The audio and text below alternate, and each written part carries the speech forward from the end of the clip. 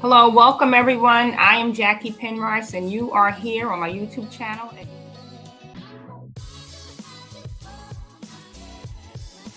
Today's guest, I have the honor of interviewing Miss Ronda Racha Penrice. Her bio is so extensive. Ronda is a Chicago native with Mississippi roots. Currently, she resides in Atlanta. Ronda wears many hats. She is a journalist, an author, a cultural critic, an editor, a content creator. She's an expert on African American history. The Huffington Post, I read an article, they labeled Ronda as a TV history expertista, a travelista, a lifestylista, and a carista. Ronda is deemed a Black history expert in all areas of Black culture. She's traveled to nearly 30 countries, including 7 in Africa and most of all of the United States of America. She is a Columbia University graduate. She has a degree in English history. Ronda has appeared on numerous productions. Essence, Essence.com, Vibe.com, AOL Black Voices, CNN, MSNBC, BET.com, Unsung Hollywood, the NBC Think, TheGriot.com, Heart and Soul Magazine, Rolling Out Atlanta, Rap Pages, EbonyJet.com, Uptown Atlanta, Creative Loafin, Urban Note Network, Atlanta Voice, The Jackson Advocate, Creative Loafing, TV One, African.com, AtlantaMetroMax.com, Urban News Service, Upscale Magazine, if I haven't mentioned that already. She has many standout projects, The Nutty Professor 2, Bring It On, The Fast and Furious, the 9th Annual Pan-African Film Festival. She has worked on projects in a variety of social events for major celebrities. She recently wrote a book of essays explaining the iconic HBO show, The Wire, on their 20th year anniversary. The cover was also illustrated by the renowned graphic artist, Art Sims, who has designed many posters for Spike Lee films. Ronda has also been an associate producer for All Eyes on Me on the HBO's First Look. She's a busy lady, guys. Even after we get off this interview, she's going to be preparing to hit the road again. So without further ado, allow me to bring on Ronda Racha Penrice. Hey. Hi, Ronda. Thank you so much for joining, and it's such an honor to have you on my show. Well, thank you. It's such an honor to be on your show.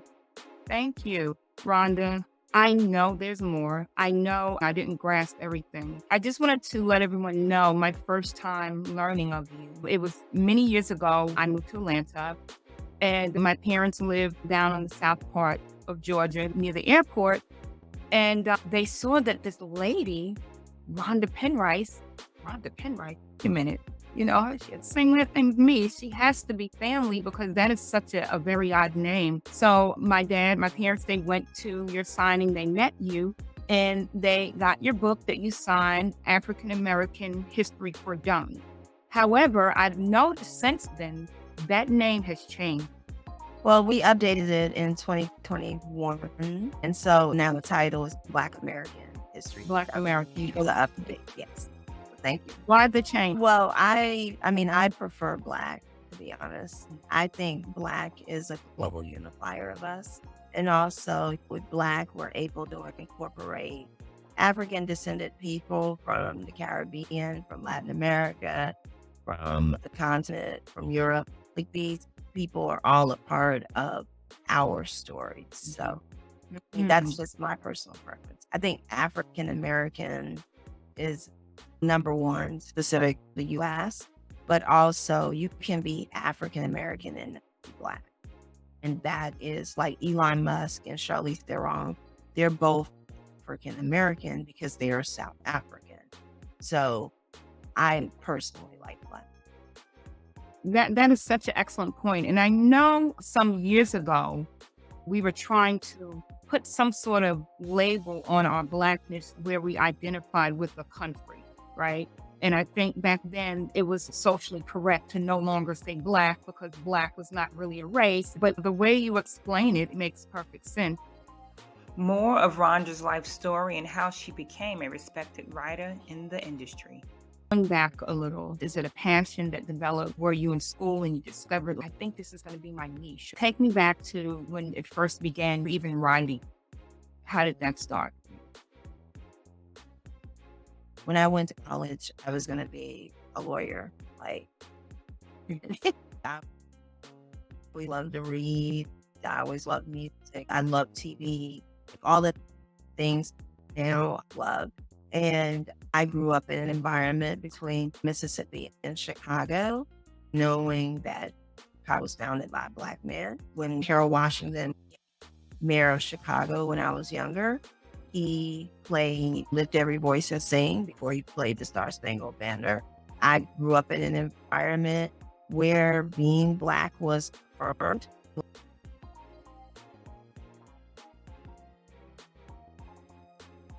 Like my younger schooling years were in Mississippi. And so I was in the paper in first for reading like the most books. And then when I was 11th grade in Chicago, I was part of the first 90 students of a 7th through 12th grade program in Chicago Public Schools for Morgan Park High School, which is the alma mater of Mae Jemison, the first Black female astronaut. It was a historical journal, and our teacher, she had us all go do research and write papers. And so I was published when I was in 7th grade for writing an article where I found comments from state senator, I believe he was, commenting about Abraham Lincoln that had been kind of forgotten. So in 7th grade, I was published for that. Then by the time I was junior and senior in high school, I was very active in the United Nations, Model United Nations. My teacher had me essay to the Model United Nations essay contest. And so I won for the greater Illinois area for 2 years in a row. English and history were just the things that like common and natural to me. And when I was in Columbia, I did have a professor who had gone to prison. His dad was a professor who told me that your writing, what you really like write for publications. And he used to write for Rolling Stone on the side. And he was like, you could really do this. And I didn't think anything of it at all, actually. All anybody really knew about me, like when I was in college, my friends were like, oh, Rhonda's into the Black stuff. And so now that doesn't seem like a big deal or something that people didn't really understand or embrace. It was a more assimilationist culture. And so people were trying to go into corporate America.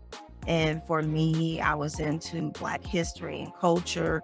I was very much into hip hop and so forth. So as I went on, just like when I used to work in alumni affairs, I worked in alumni affairs for my alma mater, Columbia. And I also worked for MIT's Alumni Center of New York. One of my friends who I helped get into magazines, and she was going to be a civil engineer. I was like, you love this. And she worked on the publication. So when she was in that position, whenever she saw something that was Black, she was like, oh, Rhonda, you should go to this. And so I went to this thing that the Whitney Museum did on the Black male exhibit. And everyone was like, oh my gosh, it's so great. And I was like the Black man, was it anything but sex driven sports, you know? I was speaking with somebody and he was just like, it was a Black man. I didn't even know he owned his own publication. He's like, I'll pay you to write that. And so that was my first paid writing thing. Then one of my classmates, who some people may know, Ben Jealous, who was the former head of the NAACP and had ran for governor a few years ago. Ben was working with the Black-owned newspaper, the Jackson Advocate in Jackson, Mississippi. And so some of our classmates were going to like write for it. And I was just like, my family's actually from Mississippi, you know? And so one of the first things I saw once upon a time when we were colored, the advertisements, it's based on a book written by a Black Mississippi. And so I pitched him. He was like, okay. And so then I published in the Jackson Advocate. But the biggest thing that happened for me career-wise was the Quarterly Black Review of Books. Back then, I've always been interested in music and, TV, film. And so I used to go to a lot of music seminar things in New York. And so I met this woman that I have literally seen twice in my life. And we met in an ASCAP panel.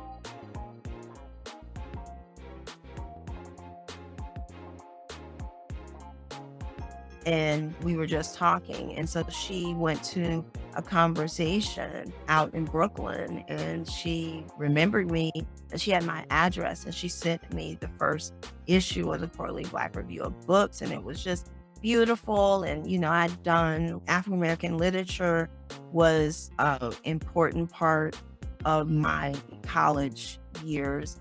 Alice Walker, Zora Neale Hurston, Toni Morrison. These were like my three specialty authors that I followed. And it was such a beautiful cover. And I went through it and I saw that they had typos. I knew that they just didn't have enough help.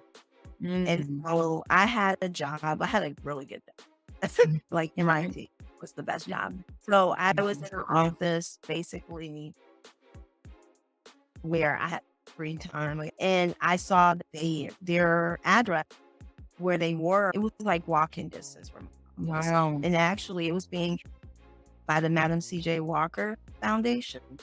And so I wrote a letter and I had all my little credentials. And I was just like, if you need help, I'm willing to help. It occurred to me that my help was a big deal because, I'm like free labor. Like, who doesn't want that, right? I went to go speak to Max Rodriguez and I'm like, oh gosh, why am I tearing up? Because I don't really talk about these things. I went to go see meet Max Rodriguez. I talked to him on Wednesday or Thursday. By Friday, I was editing. I was writing little things and so forth.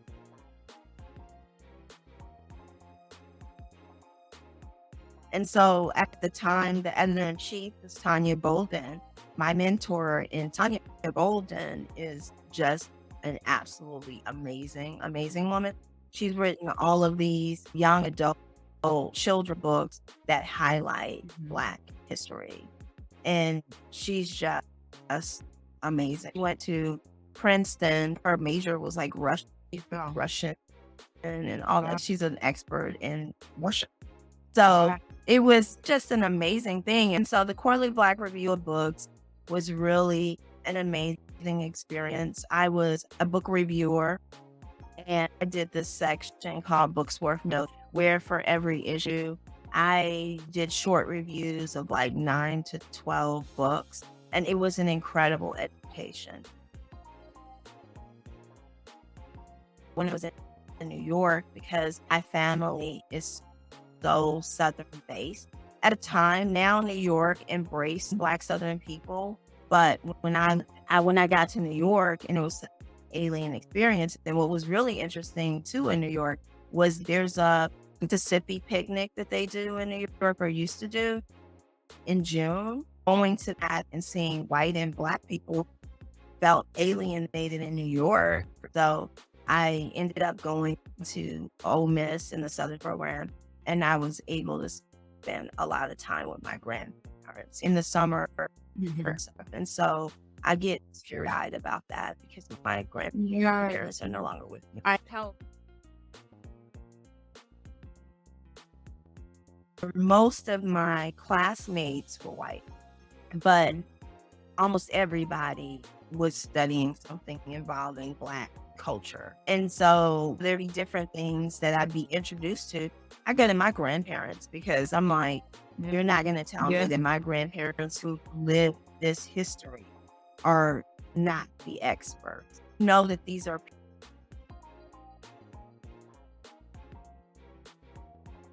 I took a class at YU on Black popular culture. And then you were hearing things about hip hop. It was these things that I guess I felt it needed correction, like a lot West. And so the things that I do, I've always done. I just didn't do them professionally. Writing about rap music culture opened more doors for Ronda. And my friend ended up working at Rap Pages, and then he ended up becoming editor-in-chief. And so someone left, and he was like, apply for the job. And I was like, okay. And I had experience. So he knew a lot more people than me. When he would come to Mississippi, I would just be like, hey, this is what's going on here and what's happening here. It's not like now where everything is kind of in one place.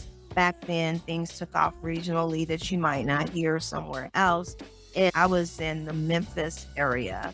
And so it was a time when 3-6 Mafia was taken off. R.I.P. the Gangster Boo.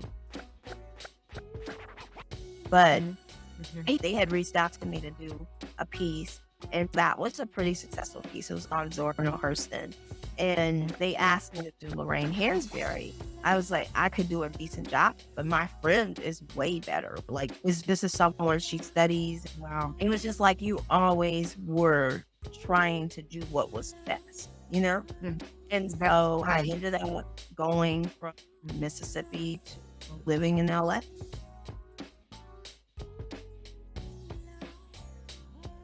And it was just really cool. So I was into film and TV. I took over the entertainment section. I did the book section. I did a lot of the sections that people didn't do. I did the news, all that. Everybody wanted to write about music.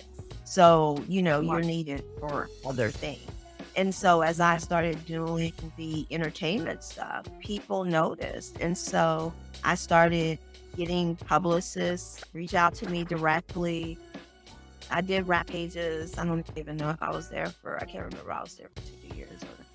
But I ended up being a freelance writer in LA, with the exception of working for MIT and Columbia and Alumni Affairs. I pretty much have only been in publications, and most of my career are freelance. But from that, I ended up capturing the attention of Roz Stevenson, who was at that time probably the highest ranking woman of color in studio publicity. And she was starting a position where her own company, Universal, she would do all of the Black outreach PR on all of their titles, and she needed someone to work with her. And she selected me. I knew her from working with The Best Man, where I was like the first West Coast person for Essence.com. Like, it was so long ago, but I did things like people don't think of it now.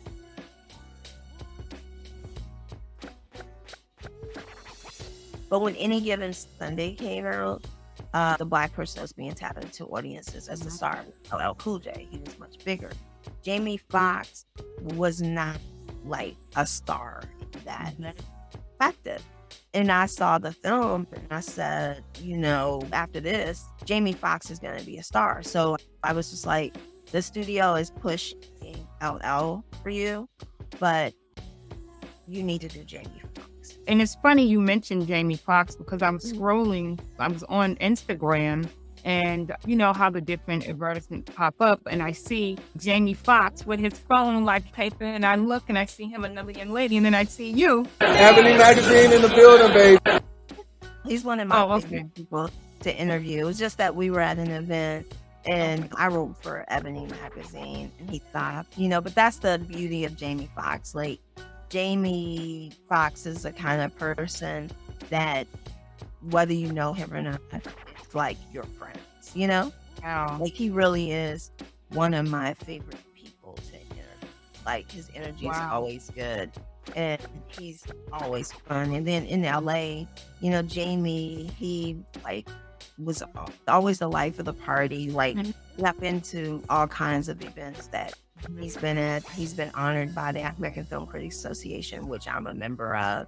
like when The Best Man had first came out, people don't understand how long it used to take to do publications. So you may put an issue, back then it took 3 to 6 months for something to come out. And they didn't necessarily promote film and TV projects all over the country. So when I was doing Essence.com, I had seen The Best Man, and I told them, I said, this is the most Essence movie I've ever seen. Everything you got, you need to throw at Best Man, you know? And that's what happened. Just things like that. Going to LA, having come from Chicago, going to New York, being in Mississippi, and going to LA, regional differences are real and what people are interested in. Like the first time I came to LA, which was in I think 95 or so. But in New York, there weren't billboards for Friday. I think Bad Boys was coming out. It was all the same year. But in LA, it was like, what's this movie Friday? And I ended up going to a screen for it. And I remember saying, it won't elevate you. This is really, really funny. Right. It's a feel-good movie. Yeah, that became like classics.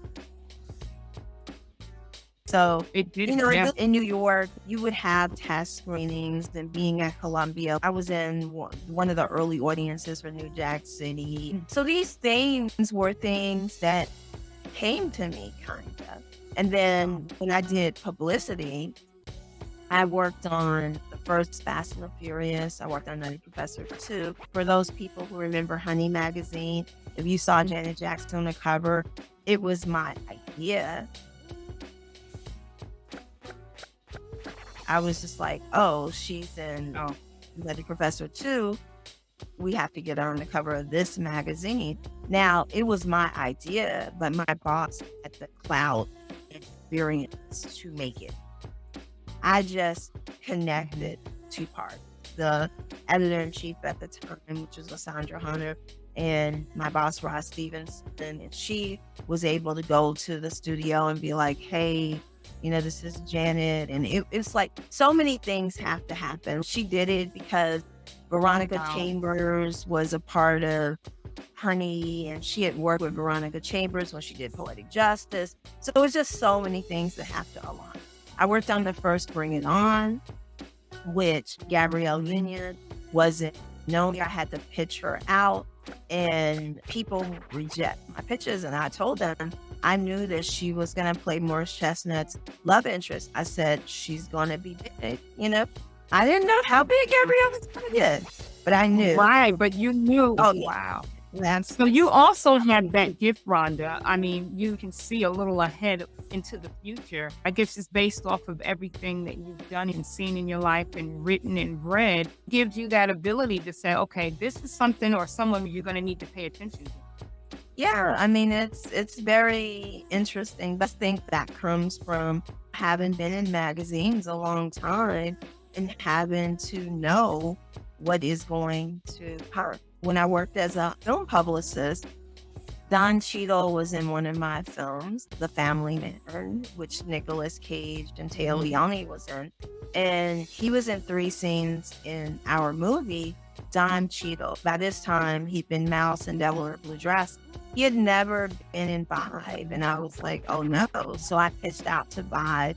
I played a role in him getting his first feature in Vibe magazine. When you're a publicist, it's an unsung thing, but it's very gratifying to see people get the attention they deserve. Like my old boss, her husband, Robert Stevenson, is a pioneering hair person for film and TV.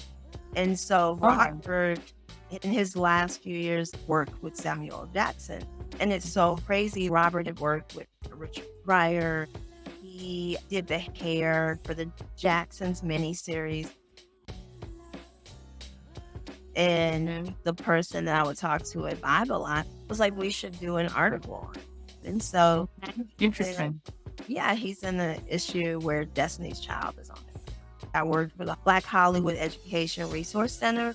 And one of the things that Sandra Evers Manley did there was she was really, she still is very intentional about honoring Black people who have been trailblazers and open the doors for others. And so when I was there, I went like Michael Schultz. Even though you love Cooley High, you don't think, oh, Cooley High was directed by a Black man. And so I was introduced to that world, and I met Ivan Dixon, who's in a number of films that I like enjoy. I think people most talk about him being in Hogan's Heroes, but that kind of education, being around Robert and Roz, just learning so much. I had a friend, Alf Scott, who worked at the Blackwood Education Resource Center, and he was passionate about short film.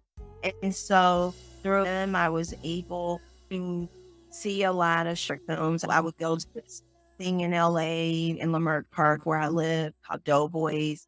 And so it was a showcase of up and coming Black filmmakers. I would always go to the Pan African Film Festival. These were the things that I was interested in. And then I had friends that were publicists, and I would help them with their different events. And so I was helping a friend when I, unbeknownst to me, ended up writing my ticket to Atlanta.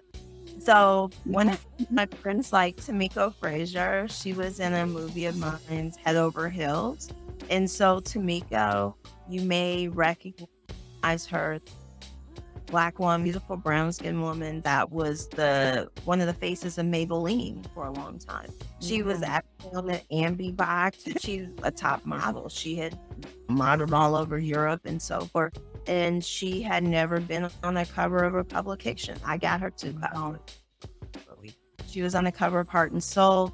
So yeah, Tamiko Frazier, I was friends with her. There was a party that Upscale magazine was throwing. Tracy Ellis Ross was on the cover, and they'd had 10 models we loved. And so I told Tamiko about the party, and she was like, I have the RCP. I was like, girl, you're in the magazine. Oh, no. Like, they're going to tell you no? And she was. And so I reached to the person who was handling this woman, Camille Binder. And so through that, Camille and I, we just became real fast friends to the point that, so we ended up meeting up, and it was the managing editor of Upscale. And he was like, what do you do? I was like, at this moment, I'm not doing anything, because I was in between jobs. I wasn't even thinking about leaving LA whatsoever. And he was like, well, we have an opening at Upscale. And so my thing was, when I put my stuff together, I'm going to be the West Coast editor. Like, I didn't want to come to Atlanta. Like, I want to stay in LA. But they already had someone who was the West Coast editor. And so they hired me, and I had to come to Atlanta for the job. How long did it take for them to convince you? It happened very quickly. Like, I met them in April, and I arrived in Atlanta Memorial Day. To that. Wow. So, but the same thing when I went to Rap Pages, it happened quickly. And so for me, like, my friends were like, you can't leave. You can't leave LA. And I said, I don't want to leave LA, but if you're minding your own business and you don't have a job, and one falls out the sky, as clearly God is telling me to pack my bag and go to Atlanta. And let me tell you, you are obedient. There are so many people that get those little messages sent and they don't listen. Well, I'm like, I'm jobless and, running out of money. And this is not something I was seeking. I mean, that's been my whole life, though. Like, things come to me, recognizing the gifts in me. I would have never done publicity if it wasn't for Bob Stevens sizing that gift. And even working at Rap Pages, my editor, friend Alan Gordon, recognized that gift in me. So Curly Black review of books with Max Rodriguez and Tanya Bolden, I've always just had people who recognize gifts.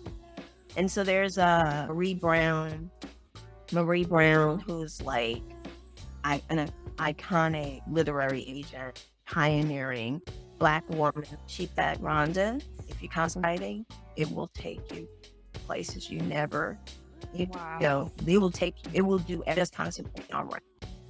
Wow. And literal writing has take all over the world. It has put me. Yeah, I mean, you heard when places- in your intro, I said how many countries you've been to, and yeah, I mean, amazing. Like, I didn't go out. I go out the country for the first time until I was 28. You know, Wow. I went to Jamaica. Yeah, I went to That's Jamaica something. first. You said that people, they see the gift in you and they see things in you, but it's no different than you and what you've done to and for others. You've poured into others. Just from the stories you're telling about Jamie Foxx and things like that, that's what you've done for others. And you did it selflessly. It wasn't like, oh, I'm going to do this person because when they get big, I'm the person that put. No, you're doing it because of the love that you have for what you do and staying true to who you are. So the universe, God, it can't help but to reciprocate that. It's kind of like they say, like attracts like. It's pretty much what I'm hearing as far as you living and it taking you different places from you writing. But it's all who you are, this journey, and I love watching it. And I see you when you post on social media, and 9 times out of 10, you're not in the post. Very rarely do you post yourself. You're so humble. You're so humble. You don't want to be noticed. You don't want to make it about you. You don't want the shine, but you don't want any of that. So I believe that those are even bigger seeds that you're planting for more wonderful things to come your way and to sprout, right? I just want to take the time to also say thank you now for just coming and appearing, because when I asked you, I was like, Ronda ain't gonna do it. She, doesn't like to be in the limelight, and so for you to share your story, thank you. Oh, well, thank you. And I was just like, oh, Jack, I'm happy for her. So like anything I can do to help. Give